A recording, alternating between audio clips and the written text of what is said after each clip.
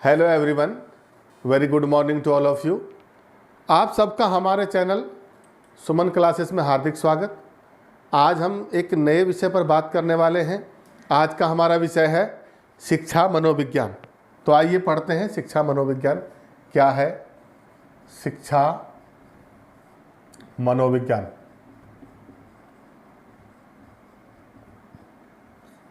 इसी को हम शैक्षिक मनोविज्ञान भी कहते हैं।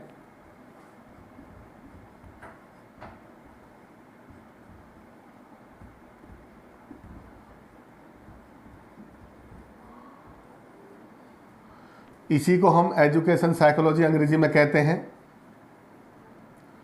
एजुकेशन साइकोलॉजी इसी को एजुकेशनल साइकोलॉजी भी बोलते हैं।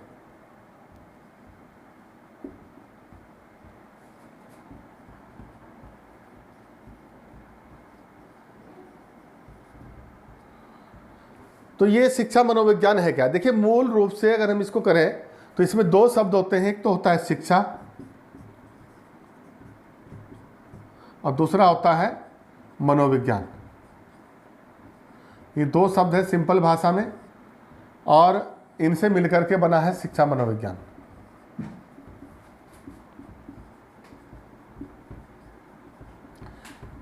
शिक्षा का अर्थ आप जानते ही हैं। शिक्षा यानी मनुष्य के अंदर जन्मजात गुणों का प्रकटीकरण करना ही शिक्षा है। यानी जन्म के समय से पूर्व से ही जो आनुवंशिकता के तौर पर मनुष्य के अंदर गुण होते हैं, उन गुणों को विकसित करना, उनको बाहर की ओर प्रकटित करना, ये शिक्षा का मूल उद्देश्य है। और मनोविज्ञान यानी मानव व्यवहार की अध्ययन की वह शाखा जिसमें मानव के व्यवहार का अध्ययन किया जाता है। इसी को हम व्यवहार का विज्ञान भी कहते हैं, जिसको हम मनोविज्ञान कहते हैं। आज के संदर्भ में मनोविज्ञान का अर्थ, आधुनिक जो मनोविज्ञान है वो मानव व्यवहार का अध्ययन करता है विभिन्न विधियों के द्वारा। तो इन दो शब्दों से मिलकर बना है शिक्षा मनोविज्ञान। और शिक्षा मनोविज्ञान का शिक्षा के क्षेत्र में बहुत बड़ा महत्व है, चाहे वो शिक्षक हो चाहे शिक्षार्थी हो। जब तक एक दूसरे के मनोविज्ञान को, एक दूसरे के मन की भाषा को शिक्षक और शिक्षार्थी नहीं समझेंगे तो उनके बीच में अंतःक्रिया होना संभव नहीं होगा। और जब तक एक दूसरे की बात वो नहीं समझ पाएंगे तो शिक्षण की प्रक्रिया आगे नहीं बढ़ाई जा सकती। इसलिए इसका बहुत महत्वपूर्ण योगदान है शिक्षा के क्षेत्र में, शिक्षा मनोविज्ञान का। तो शिक्षा की अगर हम बात करें तो शिक्षा जो है वो मानव व्यवहार के उन्नयन से संबंधित होती है, परिमार्जन से संबंधित होती है। शिक्षा का मतलब है मनुष्य के व्यवहार में परिवर्तन करना, उसे गतिशील करना। और मनोविज्ञान का अर्थ है मानव व्यवहार की अध्ययन पद्धतियाँ जो हैं उनके तौर तरीक़ों से, किन विधियों के द्वारा, किन तौर तरीक़ों से मानव के व्यवहार का अध्ययन किया जा सकता है, ये सब हम मनोविज्ञान में पढ़ते हैं। और शिक्षा मनुष्य के व्यवहार में सुधार लाने का काम करती है, यानी परिमार्जन से संबंधित रहती है। तो सीधे शब्दों में यदि हम एक बात कहें तो मनोविज्ञान की वह शाखा जो मानव व्यवहार के उन्नयन व परिमार्जन से संबंधित होती है, इसको हम एक सीधे भाषा में लिख सकते हैं।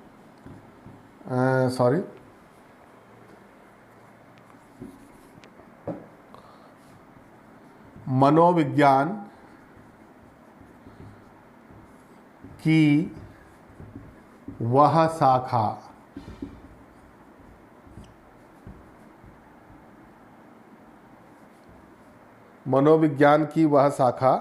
जो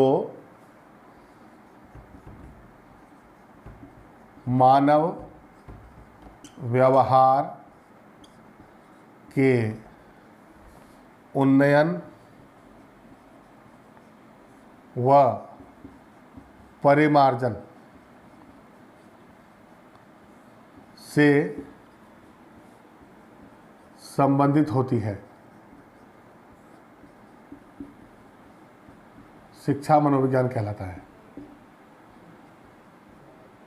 शिक्षा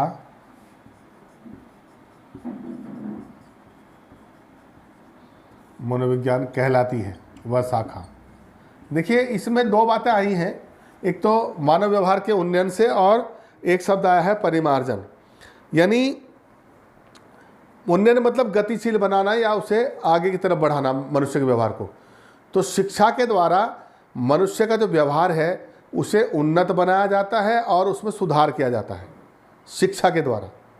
शिक्षा क्या काम करती है? मनुष्य के व्यवहार में परिवर्तन लाने का काम करती है, उसमें कमियां हैं तो उसे सुधारने का काम करती है और उसे गतिशील यानी आगे बढ़ाने का काम करती है। जबकि मनोविज्ञान मानव व्यवहार का अध्ययन करता है, उसके अध्ययन के तौर तरीकों से संबंधित होता है, उनके मापन मूल्यांकन से संबंधित होता है, यानी किस प्रकार का व्यवहार मनुष्य कब करता है इसका मापन करना, इसके कारणों का अध्ययन करना, ये सब मनोविज्ञान में सीखा जाता है। तो इसलिए संक्षेप में ये बात कही गई है कि मनोविज्ञान की वह शाखा जो मानव व्यवहार के उन्नयन व परिमार्जन से संबंधित होती है उसे हम शिक्षा मनोविज्ञान कहते हैं, सिंपल बात में। अब इसकी अगर परिभाषा की हम बात करें तो हम परिभाषाएं इसकी लिख सकते हैं। परिभाषा एक काल्पनिक जो मनोवैज्ञानिक थे, परिभाषा की अगर हम बात करें तो परिभाषा लिख लेते हैं काल्पनिक के अनुसार। काल्पनिक के अनुसार इन्होंने बहुत सुंदर शब्दों में इसकी एक परिभाषा दी है और बहुत संक्षेप में ही अपनी बात की। शिक्षा मनोविज्ञान के अध्ययन, मनन व इसका जो है सिद्धांतों व परिमाणों का क्षेत्र में अनुप्रयोग शिक्षा मनोविज्ञान है। यानी मनोविज्ञान के इन्होंने कहा है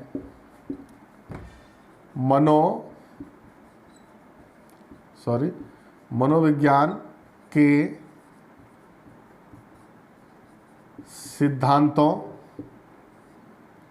सिद्धांतों व परिणामों का जो है शिक्षा के क्षेत्र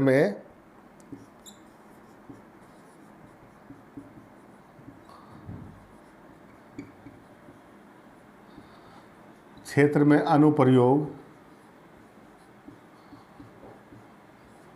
ही शिक्षा मनोविज्ञान है।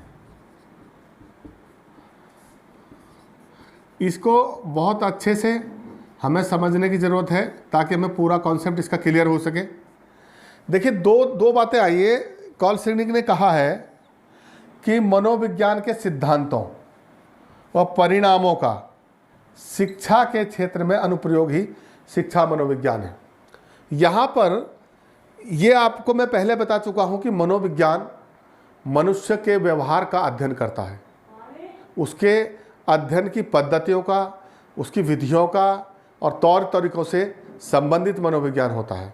और मनोविज्ञान के क्षेत्र में जितने भी सिद्धांत तय किए जाते हैं या जो भी सिद्धांत उसमें निकल कर के आते हैं शोध के द्वारा, उन सिद्धांतों का और जो उनमें परिणाम आते हैं, नतीजे आते हैं निकल करके, उनका जब हम शिक्षा के क्षेत्र में प्रयोग करते हैं, शिक्षा के क्षेत्र में प्रयोग करना, तो इसको जो है हम शिक्षा मनोविज्ञान कहते हैं।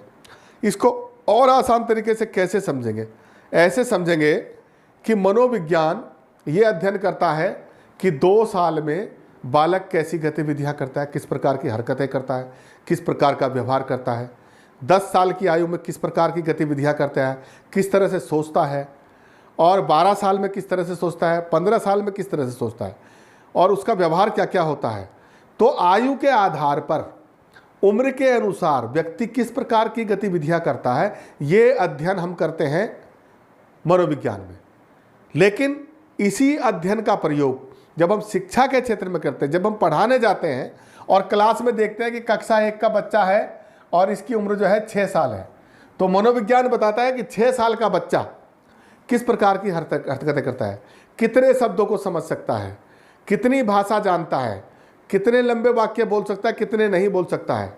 तो इससे मदद मिलती है हमें पढ़ाने में, ताकि हम उसके लिए पाठ्यक्रम तय कर सकें। कितने शब्दों का पाठ्यक्रम वो समझेगा, कितने शब्दों को पढ़ाया जाएगा, कितना वो समझ सकेगा। तो ये जो मनोविज्ञान के क्षेत्र में जो सिद्धांत हैं, जो नियम हैं और जो वहाँ परिणाम निकल के आते हैं शोध के द्वारा, उनका जब हम शिक्षा के क्षेत्र में प्रयोग करते हैं तो ये शिक्षा में हमें मदद करता है और इस प्रक्रिया को हम कहते हैं शिक्षा मनोविज्ञान। और शॉर्ट में समझिए कि मनोविज्ञान के जितने भी नियम और सिद्धांत हैं उनका शिक्षा के क्षेत्र में प्रयोग करना ही शिक्षा मनोविज्ञान है। मेरे ख्याल में आपको क्लियर हो गया होगा। तो ये बहुत महत्वपूर्ण बात है जो काल्पनिक ने कही। तो एक इसको आप नोट करना चाहें नोट करें, मैं एक आध परिभाषा और आपको लिखवा दूंगा। तो ये आपने नोट कर लिया होगा। मैं कॉलसनिक के बाद एक परिभाषा और दी है स्टीफन महोदय ने। एक मनोवैज्ञानिक थे स्टीफन, आपने इनका नाम सुना होगा। इन्होंने बहुत काम किया है मनोविज्ञान के क्षेत्र में और शिक्षा मनोविज्ञान में। इन्होंने ये कहा है कि कुल मिलाकर के स्टीफन जी कहते हैं कि शिक्षा मनोविज्ञान शैक्षिक विकास का क्रमबद्ध अध्ययन है। शिक्षा मनोविज्ञान शैक्षिक विकास का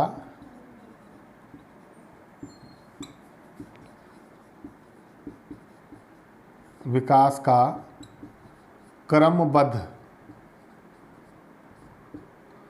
अध्ययन है।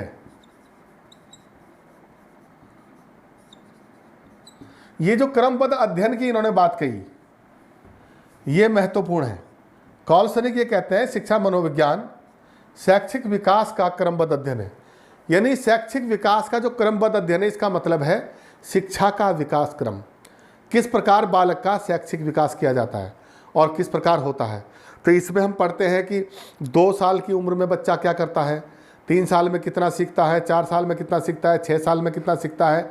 इसका एक स्ट्रक्चर मनोविज्ञान इसमें बाकायदा अध्ययन करता है कि किस प्रकार से भाषा बुद्धि का विकास होता है, किस प्रकार उसकी गणितीय बुद्धि का विकास होता है, किस प्रकार उसकी सामाजिक बुद्धि का विकास होता है आयु के हिसाब से। तो उसके विकास क्रम का एक पूरा क्रमबद्ध सिस्टमेटिक अध्ययन, यानी 2 साल में, 3 साल में, 4 साल में, 5 साल में, 6 साल में, 7 साल में, 8 साल में, 9 साल में, 10 साल में। और इसको अगर शॉर्ट में कहें तो जो इसकी विकास की अवस्थाएं हैं, जैसे हम कहते हैं शिशुकाल, बाल्यकाल, उत्तर बाल्यकाल, फिर हम करते हैं उसका किशोर अवस्था, फिर युवा अवस्था, फिर प्रौढ़ावस्था। इन अवस्थाओं में किस प्रकार उसका विकास होता है, ये सारा जो है शैक्षिक विकास का एक क्रमबद्ध अध्ययन है जो शिक्षा मनोविज्ञान में हम करते हैं। इसलिए ये शिक्षा मनोविज्ञान है, ये शैक्षिक विकास का क्रमबद्ध अध्ययन है, ये इन्होंने कहा है।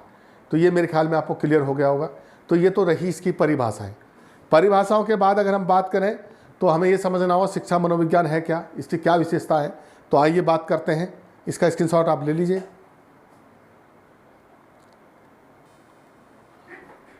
तो अब बात करते हैं शिक्षा मनोविज्ञान की विशेषताओं की।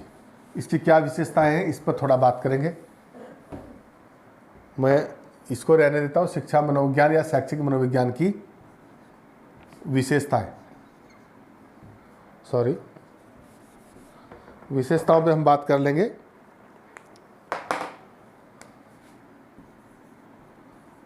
विशेषताएं,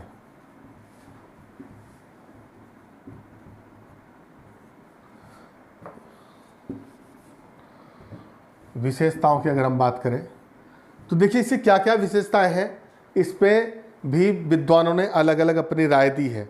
एक तो इन्होंने ये कहा है सबसे पहले कि शिक्षा मनोविज्ञान के अध्ययन, मनन व चिंतन का जो मुख्य केंद्र है वो मानव व्यवहार है ना। नंबर 1, शिक्षा मनोविज्ञान के अध्ययन, मनन व चिंतन का मुख्य केंद्र मानव व्यवहार है।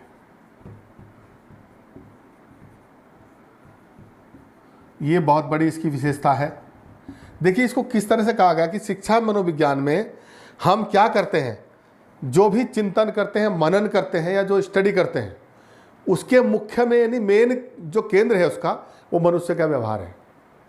मनुष्य की हरकतें, उसकी क्रियाएं, उसकी गतिविधियां, चाहे वो मानसिक क्रियाएं हों, चाहे वो शारीरिक क्रियाएं हों, चाहे वो भावनात्मक क्रियाएं हों या व्यवहारिक क्रियाएं हों, इन सभी गतिविधियों का हम अध्ययन करते हैं। और इन सारी अध्ययन किसका करते हैं, मनुष्य का, मनुष्य के व्यवहार का। तो यानी शिक्षा मनोविज्ञान जो है, इसका चिंतन, अध्ययन और मनन का विषय मुख्य रूप से वो मानव का व्यवहार है। यानी इम्पोर्टेंट ये बात है, इसमें मानव का व्यवहार ही इसमें सब कुछ है, उसी की स्टडी हम करते हैं, उसी का हम अध्ययन करते हैं।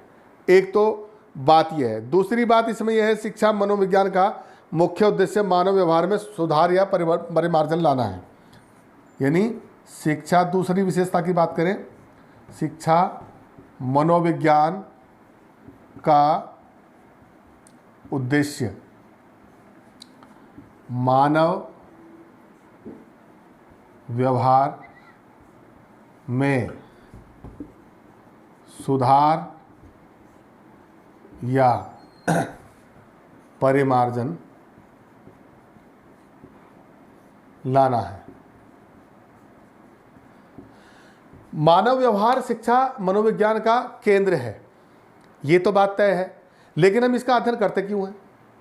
करते क्यों हैं इसका अध्ययन मानव व्यवहार का? इसलिए कि उसके व्यवहार में बदलाव लाया जा सके, यानी जो उचित बदलाव, यानी जिस व्यवहार की अपेक्षित व्यवहार जिसको हम कहेंगे, जिस व्यवहार की आवश्यकता है, माने उसे कोई गलत आदतें हैं, उन आदतों को बदलने के लिए उसका व्यवहार बदलना पड़ेगा।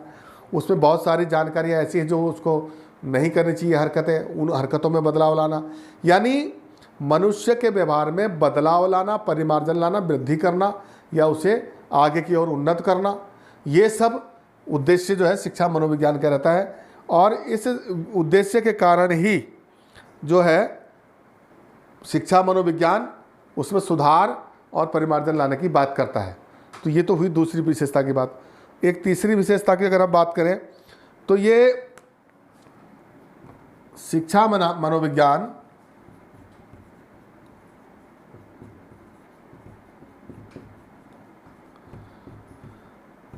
शैक्षिक परिस्थितियों में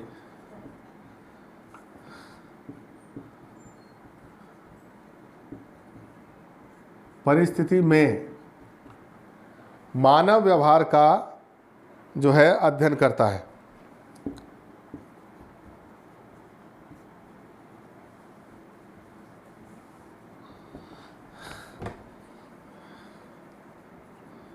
अध्ययन करता है, ये इसलिए समझना जरूरी है। यहाँ पर एक आया शैक्षिक परिस्थिति, it is very important thing. शैक्षिक परिस्थिति का मतलब एजुकेशनल कंडीशन। ये जो परिस्थिति है, माने आप बालक को विद्यालय के अंदर देख रहे हैं, तो विद्यालय में जो है एक परिस्थिति है, वो स्कूल में है, कॉलेज में है, वहाँ का वातावरण है जिसमें वो रह रहा है, पढ़ रहा है, तो वो एक परिस्थिति, एक कंडीशन है। वहाँ वो किस प्रकार की हरकतें कर रहा है, पढ़ने में मन लग रहा है कि नहीं लग रहा है, नहीं लग रहा है तो क्यों नहीं लग रहा है, और सीख रहा है तो कितना सीख रहा है, धीमी गति से सीख रहा है कि तीव्र गति से सीख रहा है। यह जो विद्यालय के अंदर को करिकुलर एक्टिविटीज़ होती है, जिनको हम पाठ्यक्रम सहगामी क्रियाएं कहते हैं, उनमें वो प्रतिभाग कर रहा है कि नहीं कर रहा है, तो वहाँ वो किस प्रकार की हरकतें कर रहा है, शैक्षिक परिस्थिति में मानव व्यवहार का अध्ययन करता है। कौन? शिक्षा मनोविज्ञान, ताकि उन अध्ययनों के द्वारा फिर उसमें सुधार की बात की जा सके। तो ये अध्ययन करता है शैक्षिक परिस्थिति में मानव व्यवहार का। जो बच्चे स्कूल में जाते हैं वहाँ वो किस प्रकार अपना व्यवहार करते हैं, किस प्रकार की हरकतें करते हैं, किस प्रकार सीखते हैं, सीखने की स्थिति क्या है, सीखने की गति क्या है, सीखने की प्रवृत्ति क्या है, उनकी अभिवृत्तियाँ क्या हैं, उनकी आदतें क्या हैं, ये सारा अध्ययन शिक्षा मनोविज्ञान में हम करते हैं। और शिक्षा मनोविज्ञान जब इन सारी चीज़ों का अध्ययन करता है तो जिन व्यवहारों में परिवर्तन की आवश्यकता होती है, जो व्यवहार बदलना जरूरी है, उसको बदलने के लिए फिर कार्य करता है और उनको उसी प्रकार दिशा निर्देशन का कार्य देने का काम शिक्षा मनोविज्ञान करता है। तो ये तो थी इसकी विशेषताएं। एक विशेषता इसकी और समझ लीजिए, वैसे तो बहुत सारी विशेषताएं, लेकिन मुख्य विशेषताओं पर मैं बात कर रहा हूँ। शिक्षा मनोविज्ञान शिक्षा प्रक्रिया को सरल, सुगम तथा प्रभावी बनाकर शिक्षण अधिगम का जो कार्य है उसे प्रशस्त करता है। इसको आप ये समझ लीजिए, शिक्षा मनोविज्ञान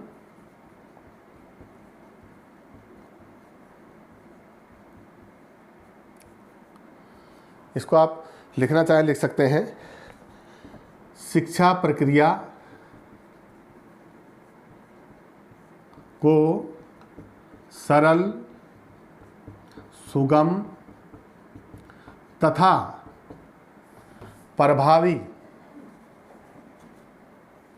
बनाकर शिक्षण अधिगम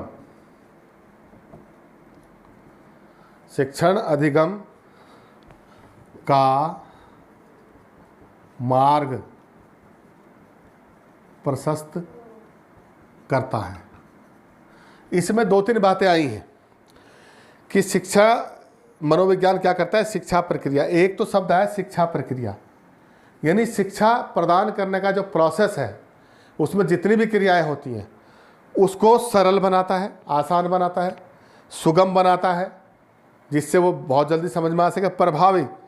प्रभावी यानी प्रभावशाली। जब शिक्षा प्रक्रिया यानी एक क्लास में जब टीचर पढ़ाता है और क्लास में 50-60 बच्चे या 40 बच्चे या 20 बच्चे जो भी बैठे रहते हैं, उनको बहुत जल्दी टीचर की बात समझ में आए, अच्छी तरह समझ में आए, आसानी से समझ में आए, और एक उसको प्रभावी बना करके शिक्षण अधिगम प्रक्रिया, शिक्षण मतलब पढ़ाने और सीखने की, यानी सीखने और सिखाने की जो प्रक्रिया है। अधिगम का मतलब होता है सीखना, शिक्षण माने अध्यापन करना, यानी सीखने और सिखाने की जो प्रक्रिया है उसका मार्ग प्रशस्त करती है कौन? शिक्षा मनोविज्ञान।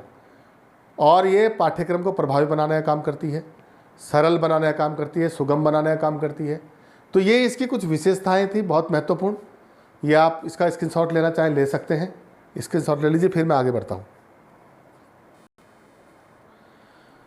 तो ये आपने इसका स्क्रीनशॉट लिया होगा। ये तो थी इसकी विशेषताएं, शिक्षा मनोविज्ञान की विशेषताएं। अब इसके उद्देश्य क्या है, क्या करता है, इस पे हम बात करते हैं। शिक्षा मनोविज्ञान के उद्देश्य क्या है, तो इन पे हम थोड़ी सी बात करेंगे।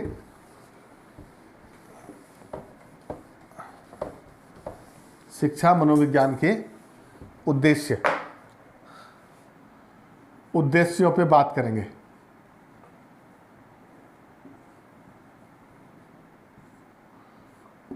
उद्देश्यों की अगर बात करें तो देखिए, जैसे शिक्षा के उद्देश्य होते हैं, शिक्षा के मुख्य उद्देश्य क्या होते हैं? बालक का सर्वांगीण विकास करना, उसका मानसिक विकास करना, उसका शारीरिक विकास करना, उसका सामाजिक विकास करना, कुल मिलाकर के व्यक्ति का सर्वांगीण विकास करना, ये शिक्षा के उद्देश्य होते हैं। ऐसे ही शिक्षा मनोविज्ञान, क्योंकि इसके साथ मनोविज्ञान शब्द जुड़ा है, तो इसका क्या उद्देश्य होता है, इस पे हम चर्चा करने वाले हैं। तो देखिए, सबसे पहले इसकी बात हम करें तो नंबर 1 पे हम छात्रों की योग्यताओं एवं क्षमताओं का ज्ञान प्राप्त करना। मैं इसको बाद में समझाता हूं, पहले मैं लिख लेता हूं। छात्रों की योग्यताओं एवं क्षमताओं का ज्ञान प्राप्त करना, और छात्रों की नंबर 2 छात्रों की रुचि का ज्ञान प्राप्त करना, ये हो गया। और नंबर 3 छात्रों की विकासात्मक विशेषताओं का, छात्रों की विकासात्मक विशेषताओं का ज्ञान प्राप्त करना,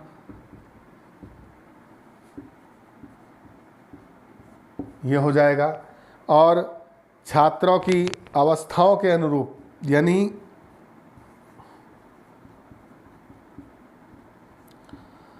छात्रों की अवस्थाओं के अनुरूप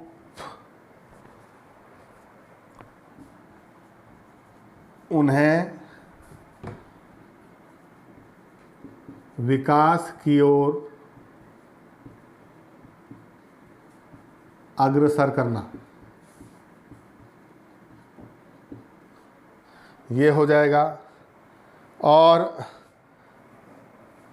छात्रों का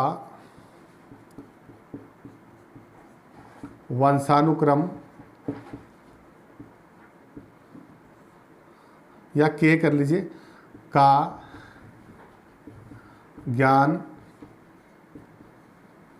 प्राप्त करना, और छात्रों के वातावरण का अध्ययन करना, छात्रों के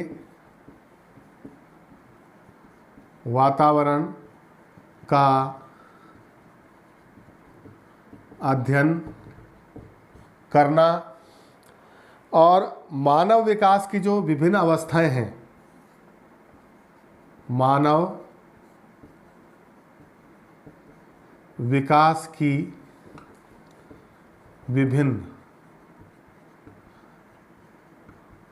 अवस्थाओं का ज्ञान प्राप्त करना। थोड़ा इनको समझते हैं फिर आगे बढ़ेंगे, फिर मैं आगे लिखाऊंगा। देखिए, दो चीज़ें हैं। उद्देश्य क्या है शिक्षा मनोविज्ञान के? अगर उद्देश्य की बात करें तो मैं क्रम से बात करूंगा। देखिए, छात्रों की योग्यताओं एवं क्षमताओं का ज्ञान प्राप्त करना। शिक्षण कार्य करते समय किसी भी अध्यापक जब शिक्षा प्रदान करता है, चाहे वो टीचर हो, चाहे वो गुरु हो, चाहे आचार्य हो, तो उसे सबसे पहले छात्रों की योग्यता एवं क्षमता का ज्ञान होना चाहिए। योग्यता का मतलब यहाँ पर क्या है? देखिए, दो एबिलिटी जिसको हम बोलते हैं, योग्यता क्या होती है? आपने किसी बच्चे ने 5वीं पास की तो उसकी 5वीं पास उसकी योग्यता है, 6ठी पास की है तो उसकी 6ठी पास की योग्यता है। लेकिन क्षमता क्या है? वो कितना पढ़ सकता है, कितनी देर किताब को अध्ययन कर सकता है, या किस स्तर का पाठ्यक्रम वो पढ़ सकता है। उसकी योग्यता के हिसाब से, जैसे 6वीं पास की है तो वो 7वीं का पाठ्यक्रम पढ़ सकता है, ये उसकी क्षमता है। लेकिन अगर उसे हम 12वीं का सिलेबस एकदम से दोगे तो उसे समझने की कितनी कैपेसिटी है उसमें, इसका मतलब है क्षमता से। तो क्षमता और योग्यताओं का ज्ञान होना बहुत ज़रूरी है, क्योंकि जब तक इनका ज्ञान नहीं होगा तो पाठ्यक्रम या शिक्षा की जो प्रक्रिया वो आगे नहीं बढ़ेगी। छात्रों की रुचि का ज्ञान प्राप्त करना। सबसे पहले टीचर को ये पता होना चाहिए कि छात्रों की रुचि किस विषय में है। जिस विषय में छात्र की रुचि नहीं होगी उसको वो पढ़ नहीं पाएगा, उसे पढ़ने में उसे तकलीफ होगी, वो उसमें अनकंफर्टेबल महसूस करेगा और उसे मानसिक दबाव महसूस होगा, जिससे उसका और भी मानसिक संतुलन बिगड़ सकता है। तो इसलिए ज़रूरी है कि छात्रों की रुचि के अनुसार। और फिर ये होता है कि कभी कभी छात्रों को रुचि जानने से अरुचिकर विषय जो जिनमें उसकी रुचि नहीं है उसको उसके संबंधित रुचि के विषय से जोड़ करके, संबंधित करके, माने कोई बच्चा खेल में अच्छा है और उसे गणित समझ में नहीं आती तो गणित उसे खेल के माध्यम से समझाएंगे तो उसके समझ में आ जाएगी। ये भी एक रुचि के जानने का फायदा होता है। तीसरा इसमें बिंदु है छात्रों की विकासात्मक विशेषताओं का ज्ञान प्राप्त करना। छात्रों के अंदर जो विकासात्मक विशेषताएं हैं जो विकसित की जाती है, ऐसे कौन से गुण हैं जिनको विकसित किया जा सकता है, उनका भी ज्ञान उसे प्राप्त करना चाहिए। इसमें शिक्षा मनोविज्ञान का ये मुख्य उद्देश्य है। छात्रों की अवस्थाओं के अनुरूप उन्हें विकास की ओर अग्रसर करना। किस आयु में, ये जो अवस्था की बात करेगी, बाल्यावस्था, शिशुकाल अवस्था या किशोरावस्था, उस आयु में बच्चे क्या क्या सीखते हैं, क्या क्या रुचियां होती हैं, किस प्रकार के उनके व्यवहार होते हैं, उनकी अवस्था के हिसाब से उनको विकास की ओर अग्रसर करना, उस क्षेत्र में आगे बढ़ाना। खेलने की उम्र है तो खेल में आगे बढ़ाना, समझने की उम्र है तो समझने में, चिंतन की तरफ उसे आगे बढ़ाना। ये अवस्थाओं के अनुसार उसे आगे बढ़ाने का काम करना, ये उद्देश्य जो है शिक्षा मनोविज्ञान का रहता है। छात्रों के वंशानुक्रम का ज्ञान प्राप्त करना, ये बहुत ही महत्वपूर्ण बात है। वंशानुक्रम जिसे हम हेरिडिटी कहते हैं, आनुवंशिकता बोलते हैं, यानी किसी भी छात्र, दुनिया का कोई भी छात्र हो, उसमें जो माता पिता के गुण होते हैं वो जन्म से पूर्व ही उसके अंदर प्रवेश कर जाते हैं और उसके द्वारा, आनुवंशिकता के द्वारा हम बालक की आधी हिस्ट्री समझ सकते हैं। जब हमें ये बात ज्ञान हो जाता है कि इनके माता पिता में कौन से मुख्य गुण थे तो वो छात्र में होते ही होते हैं, तो उसके आधार पर उसे शिक्षित करने में, उसे पढ़ाने में सहूलियत मिलती है, उनको विकसित करने में मदद मिलती है। ये छात्रों के वंशानुक्रम का ज्ञान प्राप्त करना भी शिक्षा मनोविज्ञान का एक उद्देश्य है। और छात्रों के वातावरण का अध्ययन करना, किस वातावरण में, किस माहौल में, किस इन्वायरमेंट में बच्चा रह रहा है, क्या उसकी पारिवारिक स्थिति है, क्या उसकी सामाजिक स्थिति है, क्या उसका सामाजिक परिवेश है, क्या उसका आर्थिक परिवेश है, ये सब जानना, यानी उसका वातावरण क्या है। तो उसके आधार पर भी उसकी कठिनाइयों को समझने में मदद मिलती है और फिर उसके आधार पर उसमें सुधार करने के लिए हमें सहयोग मिलता है। तो शिक्षा मनोविज्ञान ये भी एक उद्देश्य इसका मुख्य रूप से है कि वातावरण का अध्ययन करें। और मानव विकास की विभिन्न अवस्थाओं का ज्ञान प्राप्त करना, क्योंकि मानव के विकास की अवस्थाएं, शिशु अवस्था में किस प्रकार विकास होता है, बाल अवस्था में क्या विकास होता है, उत्तर बाल्यकाल अवस्था में किस प्रकार विकास होता है, किस प्रकार उसका मानसिक विकास होता है, किस प्रकार उसका शारीरिक विकास होता है, किस प्रकार उसका सामाजिक विकास होता है, किस प्रकार उसका भाषाई विकास होता है। ये अलग अलग आयु के अवस्थाओं के हिसाब से होता है और जब इसका ज्ञान हमें होता है तो उसके विकास को आगे बढ़ाने में मदद मिलती है। इसलिए ज़रूरी है कि उसका आयु के हिसाब से विकास की जो विभिन्न अवस्थाएं हैं उनका ज्ञान प्राप्त किया जाए। तो शिक्षा मनोविज्ञान का ये भी एक उद्देश्य रहता है। तो ये तो कुछ मुख्य विशेषताओं पे मैंने बात की है। 2-4 विशेषताएं और मैं इसके लिखाऊंगा। उद्देश्य उद्देश्य की मैं बात कर रहा हूँ, तो इसको आप स्क्रीनशॉट लीजिए, फिर मैं 2-4 बातें और बताता हूँ। तो ये स्क्रीनशॉट आपने लिया होगा। मैं आगे बढ़ता हूँ इनके कुछ और बिंदुओं की तरफ। 7 उद्देश्यों की मैंने बात की। 8वां उद्देश्य आपको लिखा देता हूँ। यानी कि उद्देश्यों की बात करें, वैसे तो बहुत सारे उद्देश्य रहते हैं, लेकिन मैं मुख्य उस पर बात करता हूँ। मानव विकास के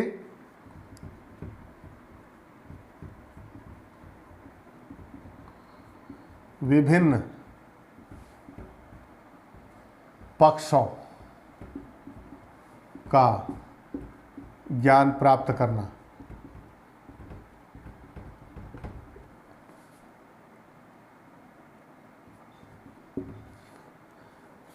अगली हम बात करेंगे छात्रों के व्यक्तिगत विभिन्नताओं का ज्ञान। छात्रों के व्यक्तिगत विभिन्नता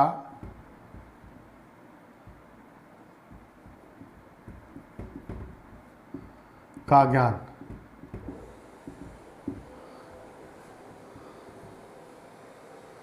छात्रों के सीखने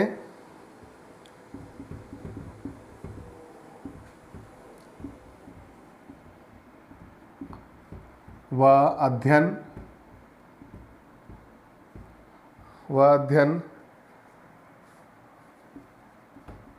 करने की प्रक्रिया का ज्ञान, ये हो जाएगा। और अगला है शिक्षण विधियों का ज्ञान प्राप्त करना। ये जो उद्देश्य है इन पे थोड़ा मैं चर्चा भी करता चलूँ साथ साथ। मानव विकास के विभिन्न पक्षों का ज्ञान। विभिन्न पक्षों का मतलब उसका भावनात्मक पक्ष, उसका व्यावहारिक पक्ष जिसको हम क्रिएटिव भी कहते हैं, बिहेवियरल पक्ष भी कहते हैं। मानव विकास के विभिन्न पक्षों का ज्ञान प्राप्त करना, यानी उसका ज्ञानात्मक पक्ष होता है, भावात्मक पक्ष होता है और क्रियात्मक पक्ष होता है। 3 पक्ष होते हैं व्यक्ति के विकास के।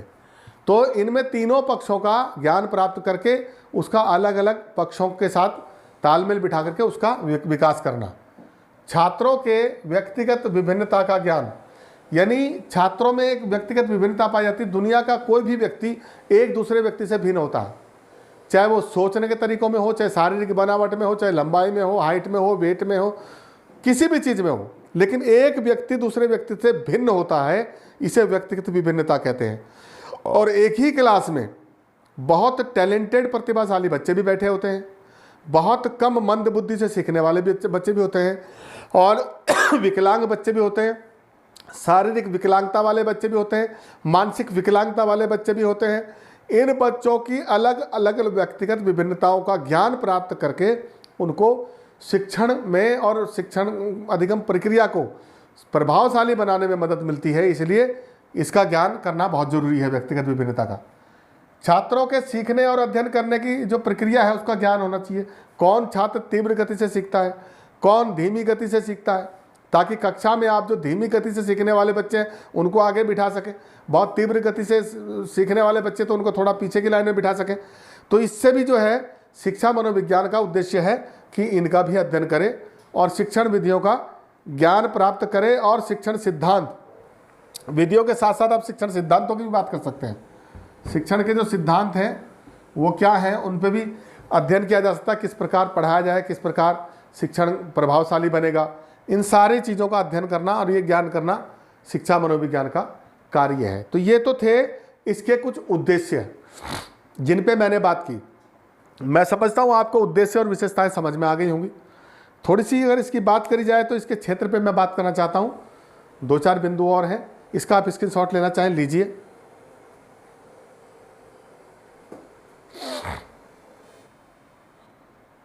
तो ये आपने स्क्रीनशॉट लिया। अब हम बात करते हैं शिक्षा मनोविज्ञान के क्षेत्र की। क्षेत्र यानी शिक्षा मनोविज्ञान का क्षेत्र। देखिए, सबसे पहले तो हमें समझना पड़ेगा क्षेत्र से क्या मतलब है।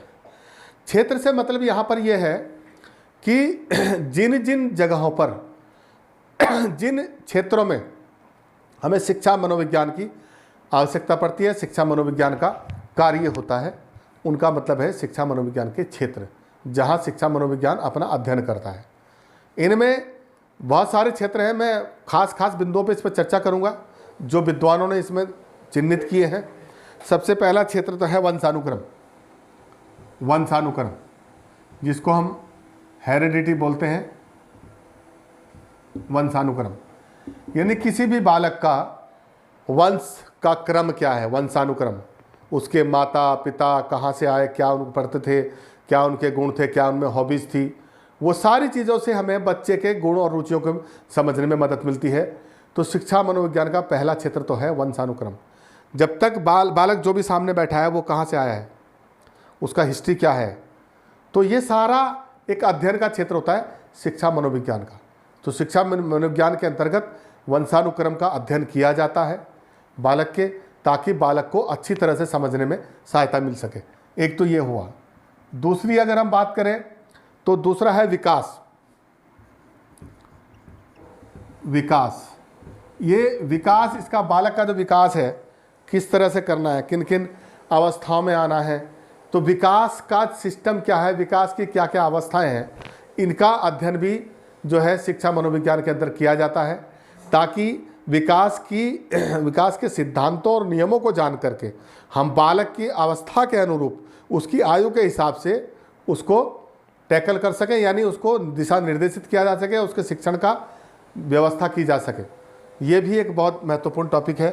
तीसरा बिंदु आ जाएगा हमारा व्यक्तिगत विभिन्नता, जिस पर मैं बात कर रहा था अभी।